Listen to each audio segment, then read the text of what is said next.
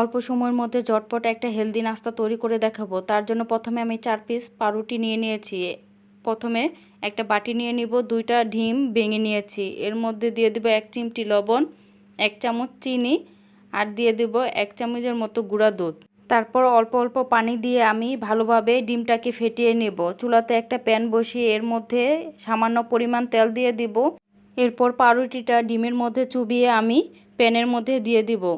এটা ভাজার সময় চুলার আঁচটা লো হিটে রাখবেন, তাহলে সুন্দর একটা কালার হবে আর দেখতেও সুন্দর লাগবে। এরকমভাবে আমি সবগুলো ভেজে নেব। দেখতেই পাচ্ছেন কত সুন্দর কালার হয়ে গেছে। এখন আমি নামিয়ে নেব। এখন একটা প্লেটে রেখে দেখাচ্ছি দেখতে কতটা সুন্দর হয়েছে আর খেতেও মাশাআল্লাহ অনেক মজা হয়েছে। এরকমভাবে কেটে টেবিলে সাজিয়ে রাখলে সবাই খাবে। অল্প সময়ের মধ্যে ঝটপট একটা হেলদি নাস্তা তৈরি করে দেখাবো। তার জন্য প্রথমে আমি 4 পিস পাউরুটি নিয়ে নিয়েছি।